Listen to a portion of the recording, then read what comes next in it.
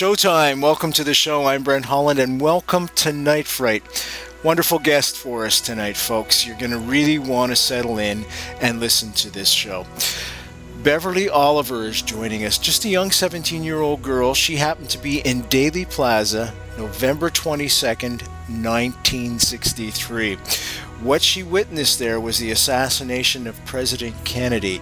You can actually see her in the Zapruder film, which I'm showing to you right now. What's unique about this story, folks, is she knew Jack Ruby 3 days later after the assassination. Jack Ruby assassinated Lee Harvey Oswald. The Warren report said that Lee Harvey Oswald and Jack Ruby didn't know each other. Well, that's not true, because Lee Harvey Oswald was introduced to Beverly in Jack Ruby's club, because Lee Harvey Oswald was in there with another fellow by the name of David Ferry, and it's going to get complicated really fast, and I want to jump to Beverly as quickly as I can. Strap in and hang on, here we go.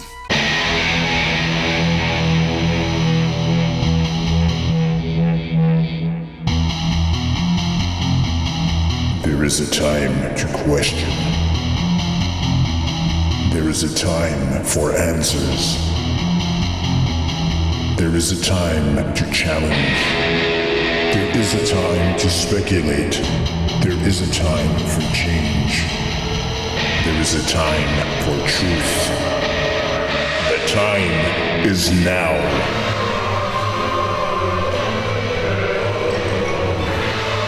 Welcome to Night Fright, your voice in the dark for paranormal and conspiracy radio.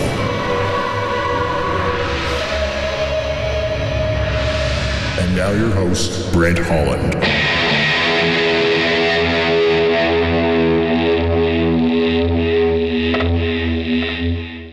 Welcome, welcome, one and all. Our guest tonight, Beverly Oliver's got a book out called Nightmare in Dallas.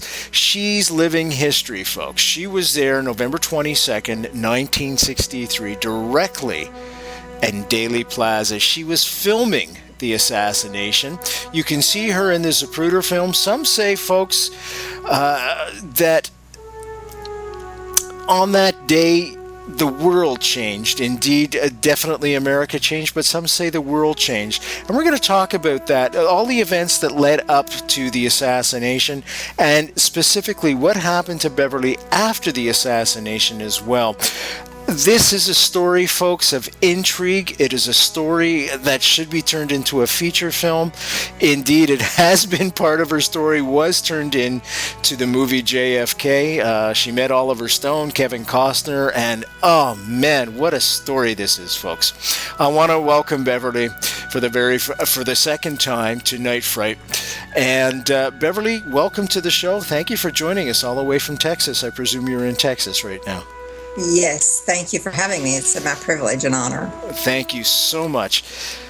17 years old, and all of a sudden, November 22nd, 1963, the president's head explodes in front of you. Yeah. Let's back up from that moment, though, right now. Let's go back a year, let's say. You're in Dallas, Jack Ruby, that whole scenario, they're dancing girls, you're in the entertainment industry. How did you come to meet this fella, Jack Ruby? And folks, for those of you that are too young to remember this, Jack Ruby owned a club by the name of the Carousel Club. And why Jack Ruby's important in this whole narrative is because Jack Ruby, 3 days after the assassination of President Kennedy, managed to kill Lee Harvey Oswald, who is the accused assassin. And this has all these spider webs, and they all join, and it is intricate, convoluted, but extremely simple in all of its components. And we're going to explain that as we go along. Bear with us for the beginning, because this is all going to come together at the very end. Bev, how did you come to meet Jack Ruby? Well, I was working at the Colony Club, which was separated only by a parking lot from Jack Ruby's club, the Carousel Club. And I started working down there at a very young age, very underage. And of course, I lied about my age, but anyway, I would catch the bus from Garland, Texas, and ride it in by myself to downtown Dallas, work at the Colony Club, go back home on the 12:30 bus. And one night I was walking down Akron Street, which is no longer a street if you've been to Dallas recently, and the Baker Hotel drugstore opened up onto Akron, and this man stepped out of the doorway and scared the mud out of me, and it was Jack Ruby, and he introduced himself to me. And of course he could tell that I was too young to be out that time of night by myself, and from that day forward, Jack Ruby walked me to the bus station every Friday and Saturday night. So on the one hand, you've got Jack Ruby as a gentleman. He was extremely open and kind of took you under his wing, didn't he? I mean, here you are, Yes. this young 15, 16-year-old girl working in the entertainment industry. Jack is kind of portrayed in the movie JFK as kind of a rough guy, but he's got a bit of a heart of gold, doesn't he, at the same aspect? Yes, he did. He was a rough guy when it came to men, in handling arguments amongst the customers between men. But I never, ever knew Jack to be disrespectful to a female. Not ever. I mean, he would be foolish. I've heard people say that he beat his women. That would be stupid. They got up at night and took their clothes off. Are you going to pay to see a bruised up, battered up woman on stage? Of course not. He didn't beat his women. Didn't beat them at all. Now, in Jack's case, what was his character like? There's been reports flying around for years that Jack and Lee Harvey Oswald, for example, were bed partners, that perhaps he was gay. Is there any credence to any of this at all, or? Well, I really don't know. He never tried anything with me, but I was jailbait. I never saw any of those type of tendencies with Jack. However, back in the 60s, you have to understand people didn't wear labels like they do now. Everybody was just kinky. It was a kinky society in the 60s. Completely different than what it is now, I suspect. Now, what was the whole scenario like? I'd like to get into Jack's character a little bit. He was running a club, the Carousel Club. He was keeping late hours, of course. He had dancing girls, but the club was not a strip club per se. I mean, yes, there was, women dancing, etc., but there was also magicians performing. You mentioned magicians. It was a burlesque show, but all burlesque shows, like I didn't take my clothes off either. I tried it once, but the men started yelling, put it back on, so I figured that wasn't my calling to life. But it was a strip club. But back then, when you talk about strip clubs, they were burlesque shows, which is different than the strip clubs are today. You see more on the beach now than you saw on stage back in the 60s. And they all had an act, and men brought their wives. It was entertainment. I didn't realize that. Folks, we're speaking with Living History tonight, November 22nd, 1963, Dealey Plaza. Beverly Oliver was there. She was known as the Babushka Lady for years. Nobody could ever identify this young lady that was there. Very visible in the Zapruder film. She witnessed JFK's fatal shot. She was right there. Beverly, I'd like now to talk a little bit about the Galveston trip that took place just a few days before the assassination, November 18th, if I'm not mistaken. Yeah, I think that's the right date. I am getting older, but we just went down to Galveston, and Jack always got me a room. I never stayed in the same room with him. What part of the trip do you want to know about? Well, I'd like to know, it seemed a little bit of cloak and dagger there. You flew down on a private airplane, kind of outside the norm, if you will, for Jack Ruby. It was almost like he was going there to meet somebody of repute, or maybe perhaps of ill repute. How do you recall the meetings that took place there, and your whole scenario that was there? Well, as the years have gone by, and I've learned more about the assassination as far as history is concerned. You see, Brent, I don't read the books, and I don't listen to other people because I'm still blonde enough to believe that someday I might get on a witness stand and swear to tell the truth, the whole truth, and nothing but the truth, so help me God. And I don't want what I heard and what I saw to be convoluted with what other people felt and saw.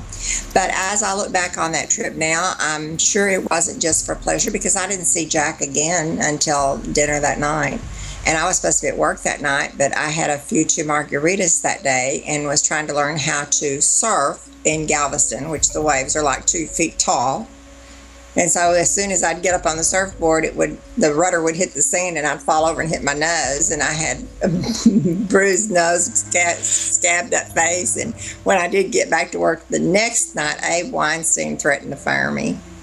My boss threatened to fire me. And you were also sunburned. Apparently you looked like a red lobster. Yeah, I did. And as fair as I am, that was a bad burn. Now, at that time, did Jack ever mention his politics? Was he a fan of JFK? Did he, because he was connected with the mob at that point, did he ever mention Bobby's onslaught against the mob? Because, you see, folks, Bobby Kennedy was after the mob at that point. He was going after Carlos Machello, and Jack Ruby was kind of on the outskirts of being connected with the mob in Dallas. Did he ever mention Kennedy's politics, or whether he was a fan? Or we didn't actually discuss politics per se, because I was very young and I guess perceived to be not too bright, although I am very politically active. But he hated John Kennedy and he hated Bobby Kennedy. I never heard him mention the youngest brother. Teddy just had a blonde moment. And but he hated, but see, I don't have the privilege of coffee. He hated those two boys. And that's what I found so absurd about the news reports after he killed Harvey Oswald, that he did it because he loved the Kennedys. Now, he did admire and respect Jackie Kennedy. He thought she was a lady of class, but he did not, his exact words, I can't say his exact words on television, but he hated JFK, he hated his brother Bobby, and he hated that so-and-so daddy of theirs even more. Did he ever have any connections with Joe Kennedy, who was the father of JFK? Because we know Joe was running all kinds of illegal things prior in the 50s and things like that. Was there ever any connection there with, I understand Jack may have known Nixon actually as well. I don't know of any connections that he had with the Kennedys on a personal level at all. Fair enough. Now, Jack came from Chicago. Yes.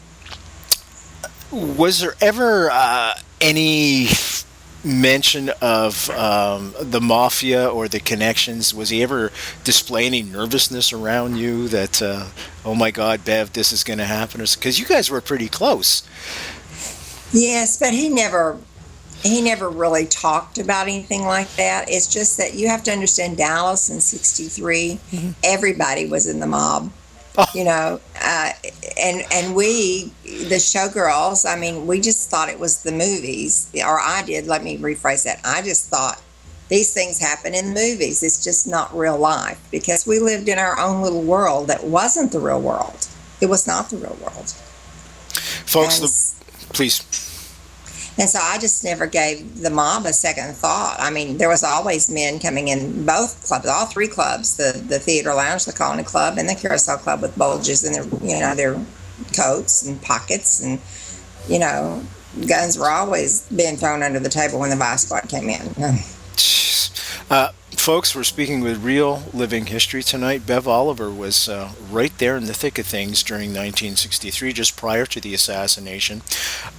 She knew Jack Ruby very, very well, extremely well, and is attesting to his character and some of his traits, some of the bizarre traits that he displayed. Also, she was right in Dealey Plaza that day when JFK was assassinated. She actually filmed the assassination, and that camera was taken away from her by the FBI, and we're going to get to that very shortly. We're going to take you right through the whole scenario when the motorcade came through, what she saw, what she heard, the smells, etc., gunpowder. We're going to go there, folks. Real living history tonight, and that's what I love about this show.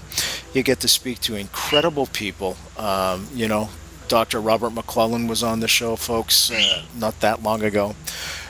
He was the doctor that worked on JFK, and living history, folks. This is where we're going. November 22nd, 1963. We're unraveling that puzzle. The book is called Nightmare in Dallas. Now, this book parallels JFK's presidency in a timeline with Beverly's, what's happening in Dallas with Beverly, for example, talking about the Cuban Missile Crisis and what Beverly was doing in that time. Now, that was kind of a segue for me to ask you, do you recall the Cuban Missile Crisis? I mean, you were just a kid, I know, 15, and perhaps sheltered from that, but that seemed to be a huge red flag at the time, even more so, people tell me, than 9/11.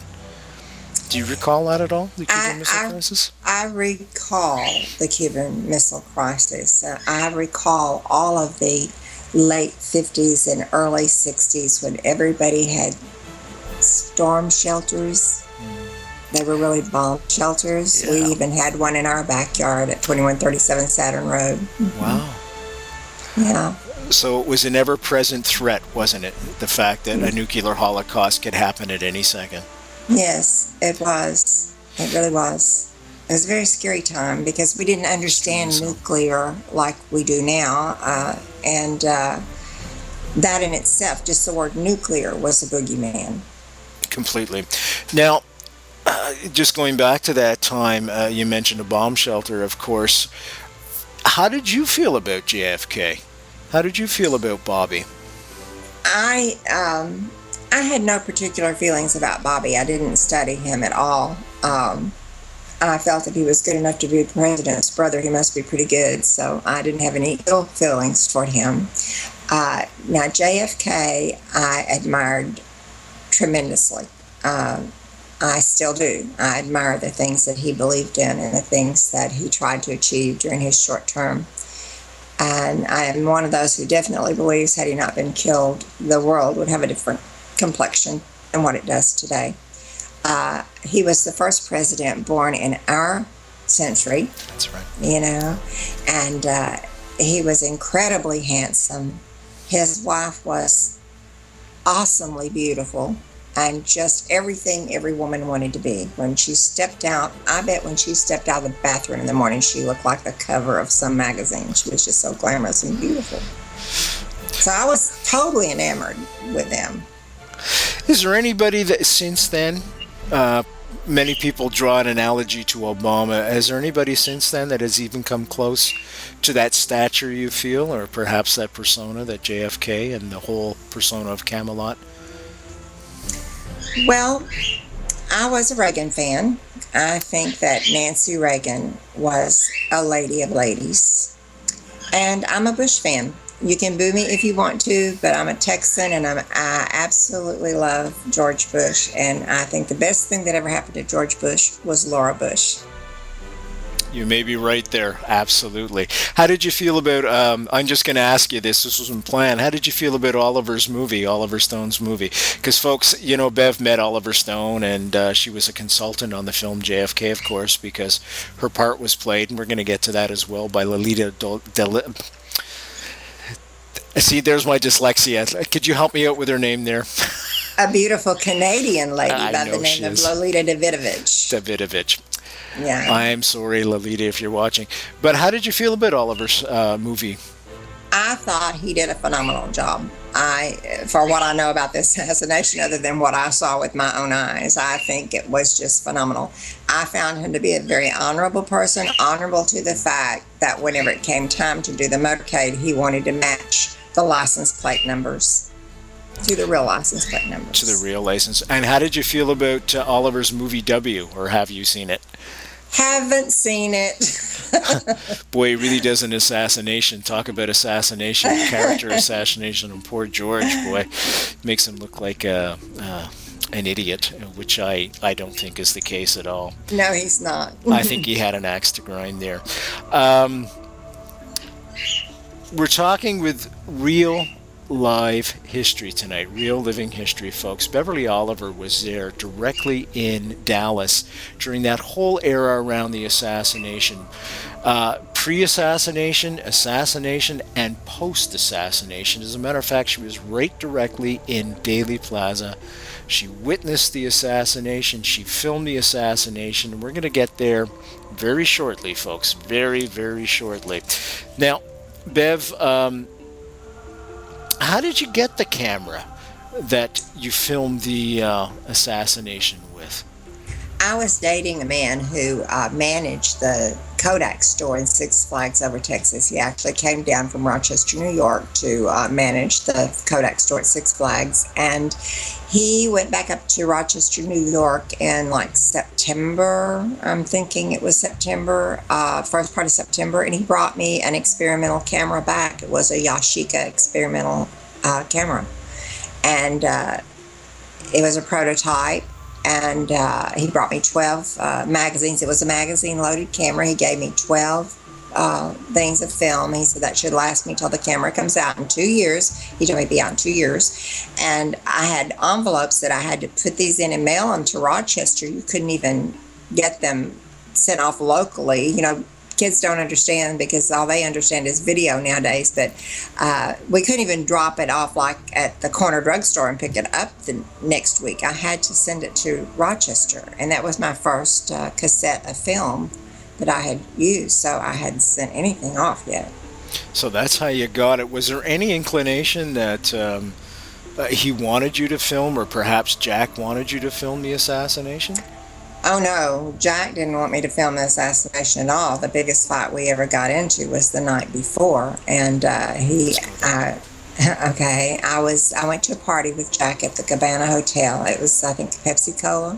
That's right. And we were just there for a little while, and he knew that I was going to Fort Worth that night, not the Cellar Club, but it was another private party that I went to. And he said, well, what are you wearing? You're going to see the president tomorrow night. But he didn't call him the president. I said, yes, I am. And he said, what are you wearing? And I said, well, Jack, I'm going to wear what I have on. He said, you're not wearing that dress I gave you to see that. Son of a and gun. we got, yeah, sort of. And so we got into it. And yeah, but I still wore it. So you had your polka dot dress on, as you write. Yes. That party that night, did anything out of the ordinary take place? No, it had nothing to do with anybody connected with the clubs or with the assassination at all. Nothing at all. It was just some friends that I went to have the party with. How did you come to meet Lee Harvey Oswald? How were you introduced to him and David Ferrie? And just let me explain who David Ferrie was, folks.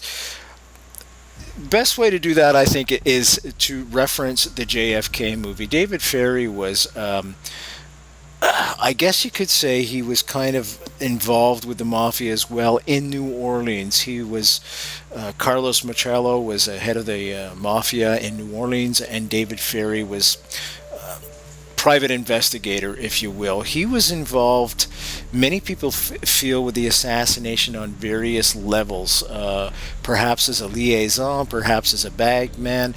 When he was arrested, he actually, when Lee Harvey Oswald was arrested, on his person was David Ferrie's library card. Now that's bizarre in itself, because the Warren Commission, who was set up to investigate, it gets complicated, I know, folks, bear with me, I'm going to try and walk us through this, who was set up to investigate the JFK assassination, said that Lee Harvey Oswald didn't know Jack Ruby, very important to remember that one, and didn't know David Ferrie. Very important, yet he's got David Ferrie's card on him, his library card. Cover up in place? Could be, eh? Could be. Let's go back to Beverly. How did you meet Lee Harvey Oswald? And then we'll talk about David Ferrie. A couple of 3 weeks prior to the assassination, I had gone over to the club. All three of the clubs that I mentioned before staggered our shows so that the clientele could make all three clubs. And the Carousel had the last show at night. And I was supposed to go to a club that night that was open late called the Alabama Club to a party with Jada. And I went over, which was the headline dancer for Jack. And I went over to tell her I had a migraine and I wasn't going to go. When I walked in the club, I saw Jada. There was a table at the end of the runway, and I saw Jada sitting at the end of the table. There was a chair, and then Jack Ruby, and then a dark-haired man. And I made my way up to the table, and when I got there, Jack stood up and pulled my chair out like he always did. And just as I was being seated, he very nonchalantly said, "Hey, Bev, this is my friend Lee Oswald. He's with the CIA," pointing to the man on the other side of him. Well, I didn't know, at 17, I didn't know what the CIA was. At 65, I'm still not sure what they are. Yeah, and I think there's a lot of people right now who's not sure who the CIA are. How did he seem? What type of character was Oswald? Did he seem intelligent? Did he seem well-dressed? I don't know. Well, how would you best describe him? I will just have to tell you what I felt at the time, okay? Which I'm not that way anymore, okay, Brent? I looked at this gentleman. He seemed dark. He didn't seem to have a personality. He wasn't dressed very well. He wasn't poorly dressed, but he wasn't dressed in a suit and a tie. He didn't look like he had any money, so I didn't have anything to say to him. I directed my conversation to Jada. And that wasn't the only time I saw him in the club, though. Just a couple of 3 nights after that. And when I say a couple of 3 nights, don't pin me down because I don't remember the exact night. I walked in just in time to hear this same man that I'd been introduced to stand up and call Wally Weston and son communist, but he used a word before that. And Wally said, "Excuse me, what did you say?" He said, "I think you're an effing communist." And Wally just laid the mic down, hopped off the runway, and walked over there and cold-cocked him right in the mouth. And Jack Ruby came and grabbed him by his neck, and he said, "I told you not to come back in this club again," and pushed him out the door. And I did not realize that Wally had ever told anybody about that until I did the Geraldo show many years ago, and he played that segment that when he had interviewed Wally, and Wally told him about hitting Lee Oswald in the mouth. And folks, I should tell you, Wally was a performer at the Carousel Club. He was a memorist, I guess you could call it. He was the MC. Oh, he was the MC. I apologized. He was the MC. Okay. Yeah. I got him confused with another character. With a guy named Bill. Yeah, I can't remember his name either. Yeah. I apologize for that. Yeah. The book is called Nightmare in Dallas, folks. Living history. Living history tonight. This is incredible to have a woman like Beverly on to tell us what was happening for real. Never mind reading all the books, folks, and referencing here and referencing there, and the Warren Report. Pure fiction. This is the real deal right here, right now. Beverly Oliver's joining us tonight. Easy way to get the book, www.nightfrightshow.com. Click on the book cover associated with tonight's guest. That'll take you right to a spot where you can order this book from the comfort of your own home. Get the book. We're covering it very quickly, but there's a lot of detail in this book we're overlooking. This is the story of Bev's life as well, and there's some poignant moments in it. I'm focusing right now primarily on the assassination, but there are more moments than that, and hopefully we're going to get to some of them as well.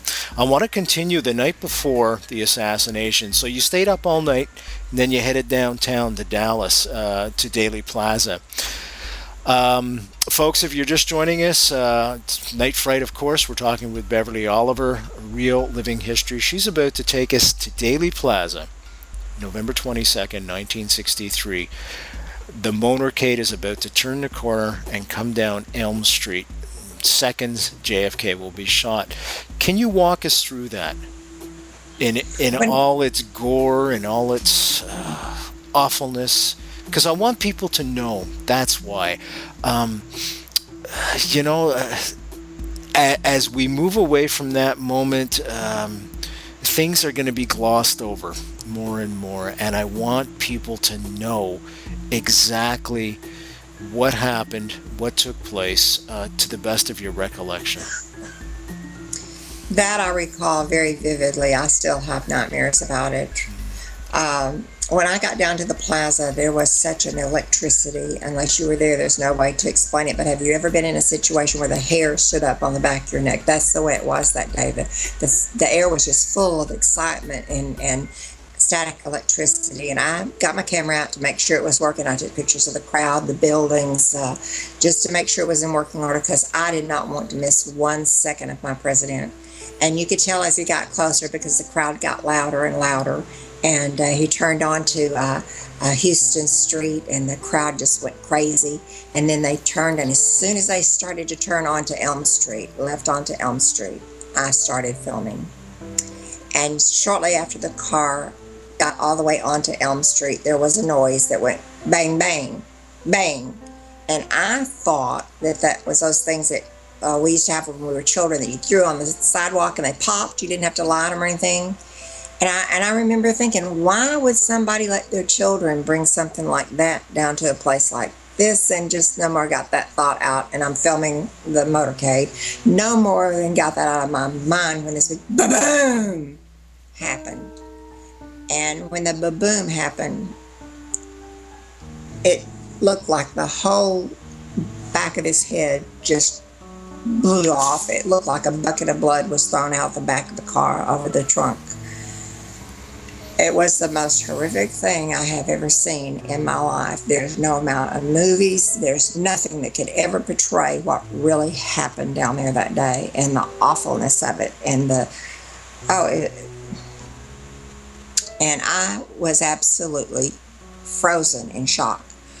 There's pictures of me, there's some in my book, of everybody on the ground around me, but I'm standing there with my camera up to my chest. I couldn't move. I was so shocked, I could not move. And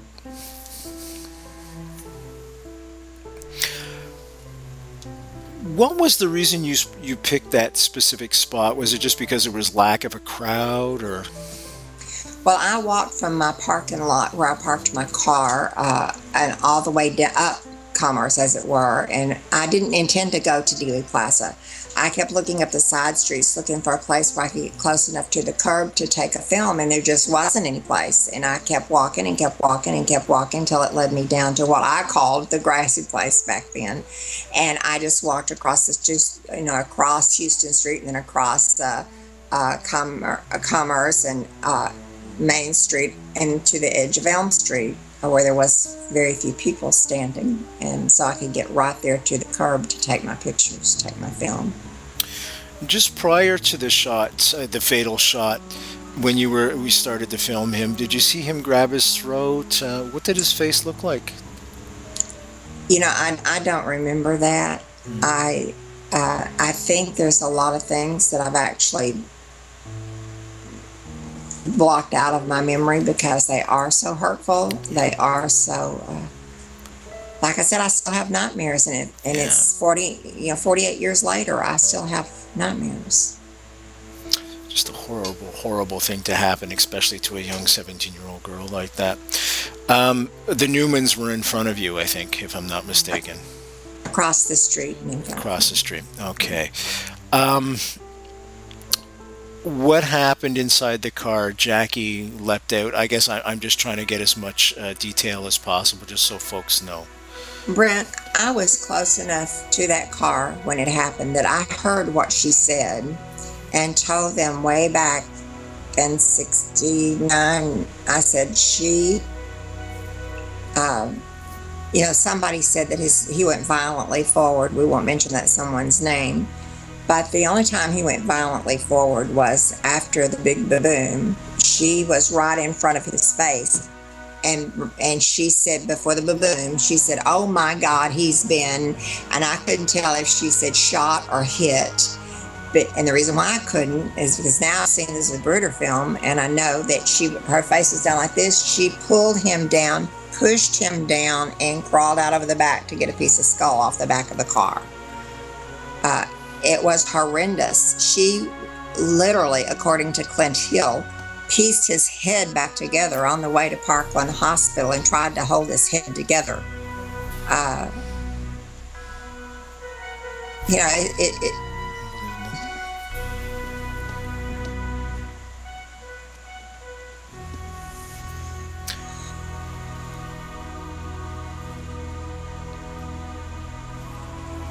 a lot of emotion there still, isn't there?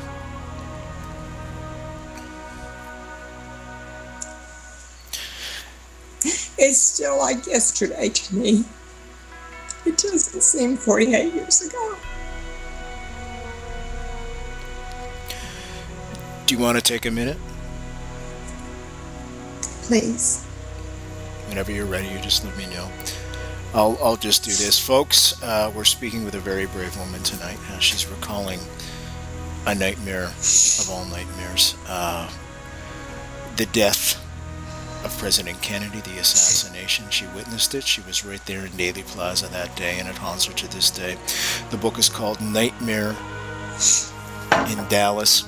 Our guest today is Beverly Oliver. www.nightfrightshow.com. Just click on the book cover. That'll take you right to a spot, folks, where you can order this book online. Now, it's her whole life story.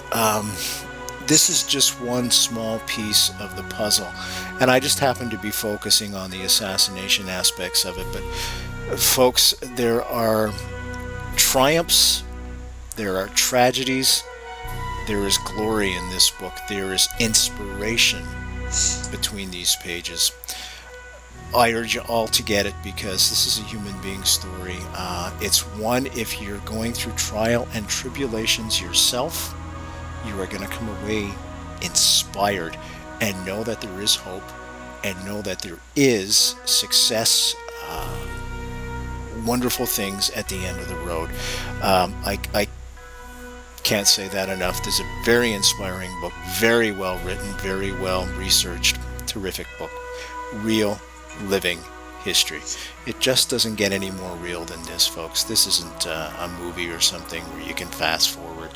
This actually happened. Let's go back to Bev. Bev, thank you for that. I really appreciate it. Let's move on.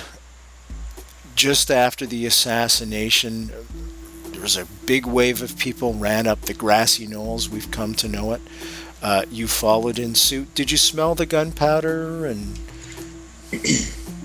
I did not know what that odor was until, even though I'd been around guns, my brother was a hunter, you know, I just didn't know what that odor was. And the first day that we reenacted the murder during the JFK movie,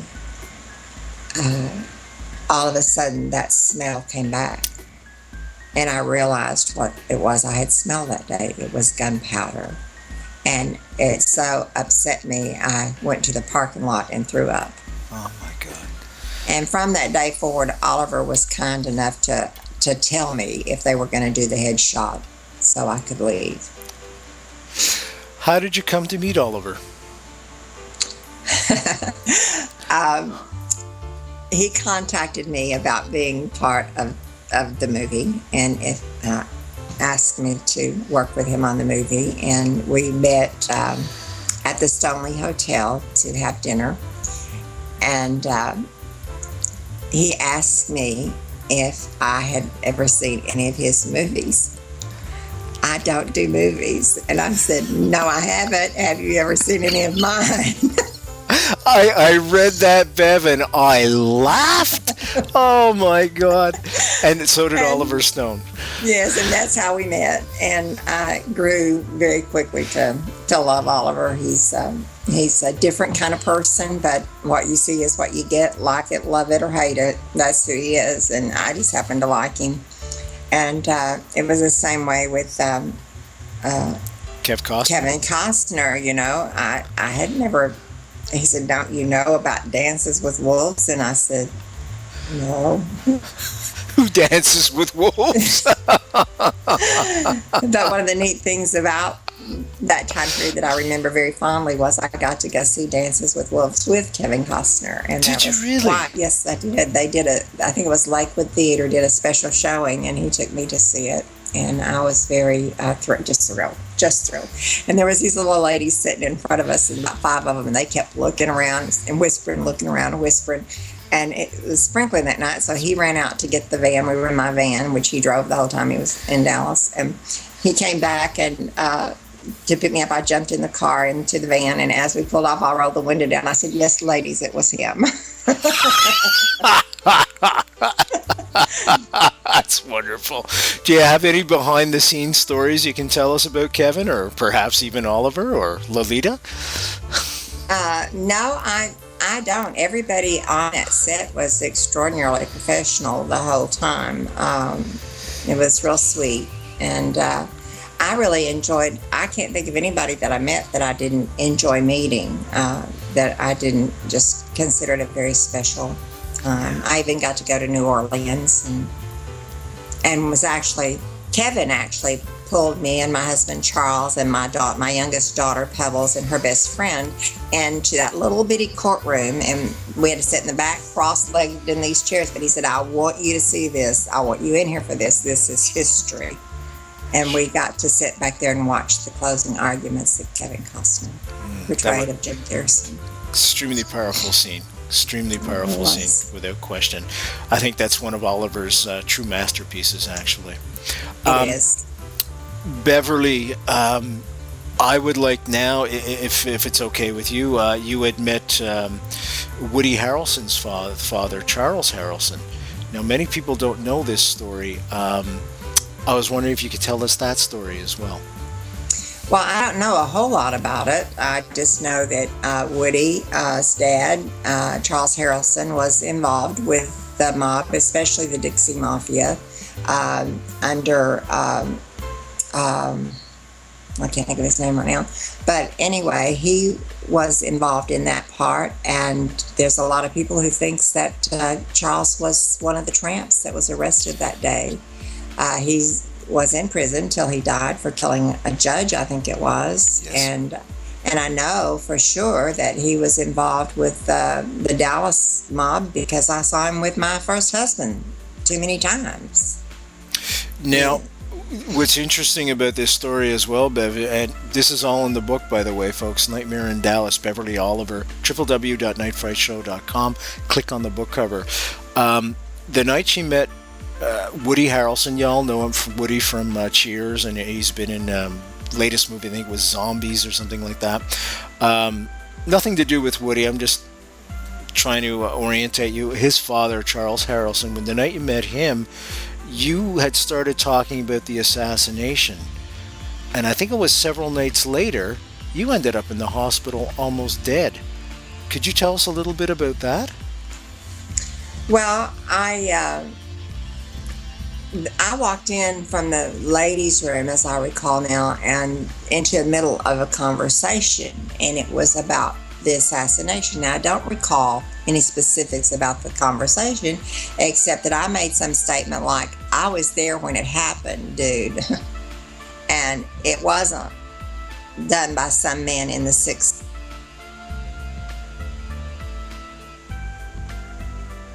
Just hang on. We see Albert McGann.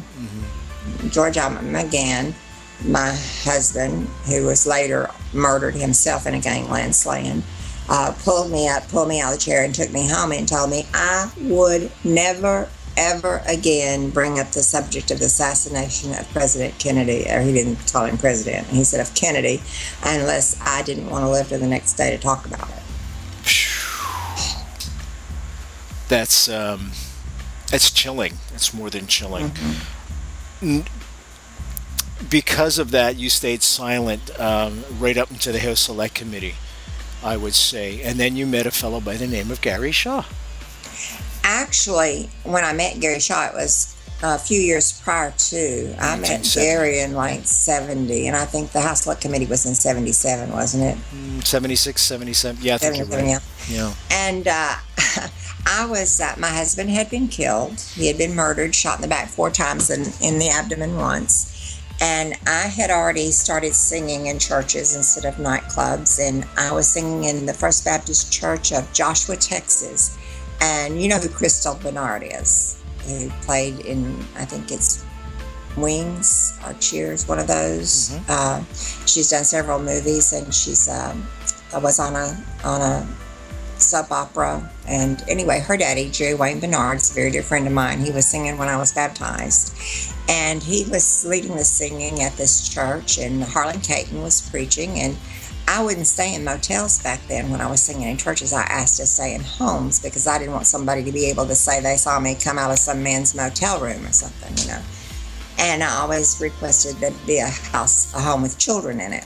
And so I got there late that afternoon, just in time to be practicing with Jerry Wayne to sing that night. And this gentleman comes in, and Jerry Wayne says, "Oh, by the way, this is Mr. Gary Shaw. Why don't you tell him where you were the day the president was killed?" Well, I just started telling him. And the more I talked, the bigger his eyes got. Well, guess whose house I was staying in that night, that week? Gary Shaw's. Gary Shaw's. Yes. Yeah. And so that day, and I had no idea people were researching it. I had no, I didn't know anybody was curious as to who I was. I've never tried to basically hide until after I found out. And I started hiding. And, but that night at dinner at his home, of course, the conversation got back to the Kennedy assassination, and everybody else at the table got bored. So Mr. Shaw said, "Why don't we go into my den and let's talk some more?" I walk into his den, and it was a long den. Across from where we were sitting was all the volumes of the Warren Commission report. All At 26. that time, all 26, and at that time, I realized I didn't know who this man was. I didn't know who I was talking to, but to have 26 volumes of the Warren Commission report, he was something more than just a deacon at the First Baptist Church of Joshua, Texas. So I started clamming up. A little nervous there. No, I don't blame you. Just to follow up with that, were you nervous about doing The Men Who Killed Kennedy? And as an extension of that, were you very nervous of doing JFK as well? Having the story told? How I came to do The Men Who Killed Kennedy, because as I gave testimony to the House Select Committee and different people, I realized that there were people out there who thought that I knew something that either I knew or maybe thought I knew something I didn't know. And Nigel Turner contacted me to do The Men Who Killed Kennedy, and I thought, and at that time he said it was never going to be shown in the U.S. So at that time I thought if I ever wanted my story to be out there for posterity, now was the time to do it. So I did it. And then a couple of 3 years later, I found out that he's trying to negotiate with Fox to get it shown here in the United States. I was scared beyond belief. And I called my attorney, and he said, "Well, you don't have that in your contract. You don't have anything in writing that it's not going to be shown here in the United States." And I said, "What can I do?" He said, "Get it as public as you can, as fast as you can." So it was 2 weeks after that Oliver Stone's company called me. And I had to decide if I wanted to go Oliver Stone public or not. Yeah, because that really exploded into the mainstream. Yeah. Have you received any threats or anything like that? The last threats that I received was in 1993, after I went on the Geraldo show and said that I was going to be writing my book. I was in the process of writing my book. And they were both postmarked from Houston. I still have them. And one of them said, I don't remember which came first, but one of them said, just had death in black boxed letters, death. And then the next one said, "Snitch, you're dead." Holy shoot. And I used to get really scared because I would get these phone calls all the time, different phone calls, threatening phone calls and stuff, where we would be off in revival. I would get phone calls. It came to the church because back then that was before cell phones, and so we would hook into the church's phone. And they come through the church. They knew where I was. Whoever they are knew where I was, and I would get these threatening phone calls. Who do you think it was? some dodo, I don't know. I finally got my blonde head together and decided that if somebody really was going to hurt me or do harm to me, they weren't going to give me a chance to get my gun loaded first. They weren't going to threaten me. They were just going to do it. So I got over it. It doesn't bother me anymore.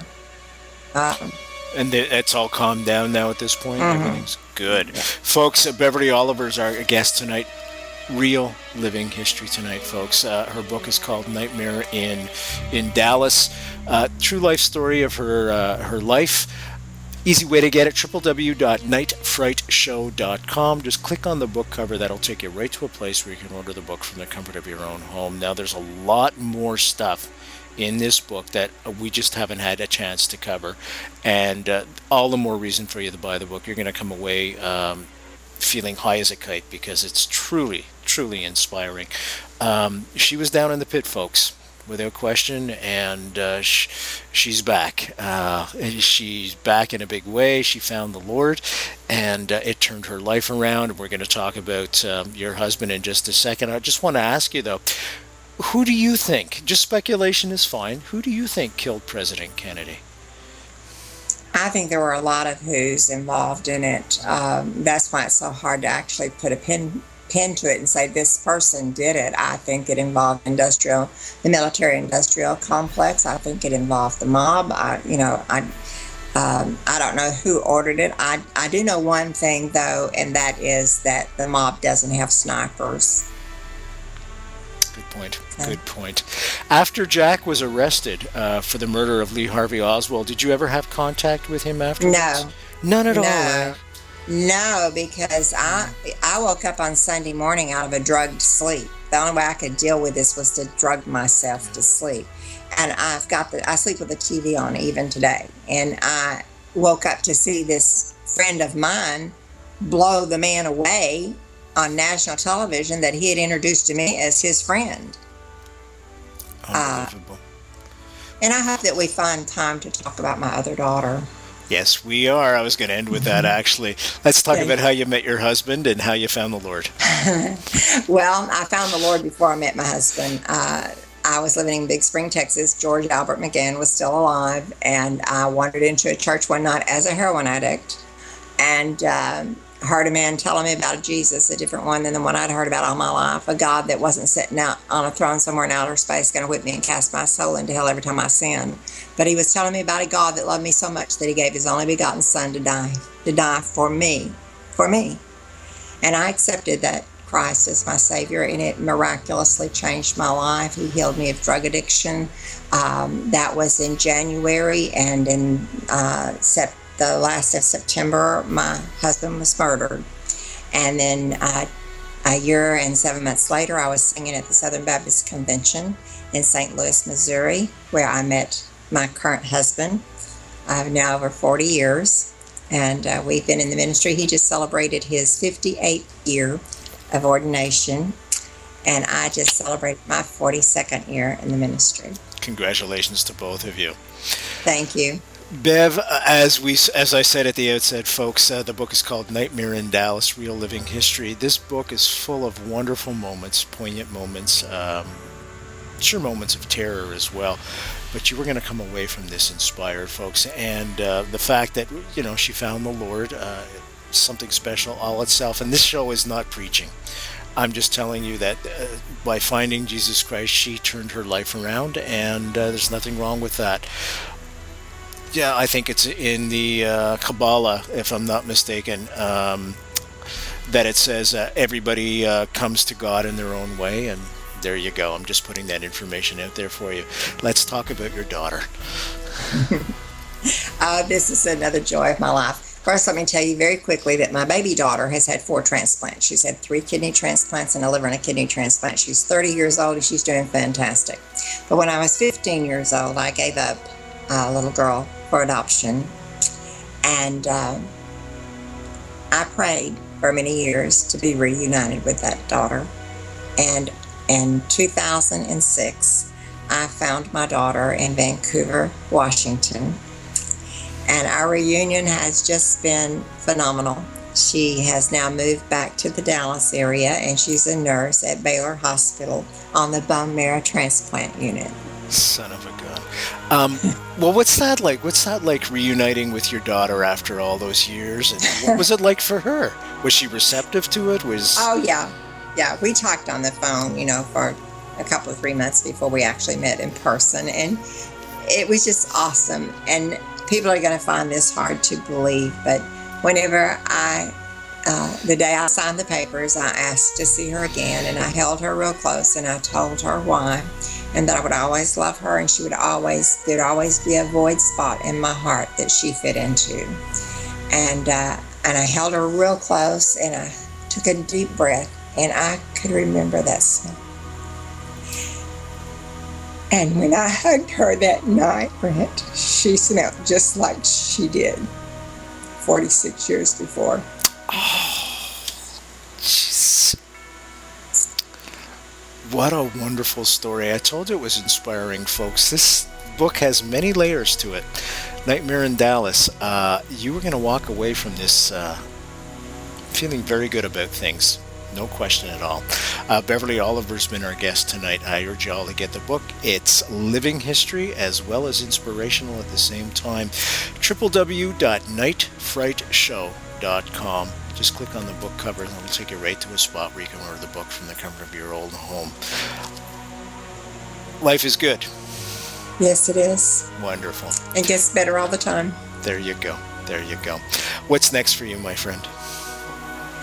Well, I don't know what tomorrow holds. I just, I live, and when my husband says get in the motorhome to go to another revival, I get in the motorhome and go to another revival. And I love my life. I love my life.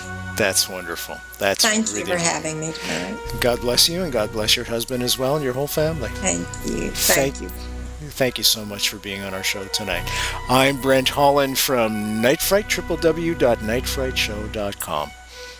See you next time.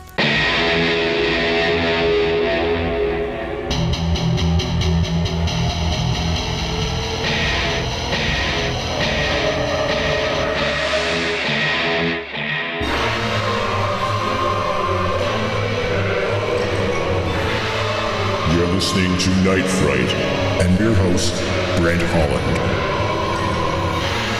The time is now.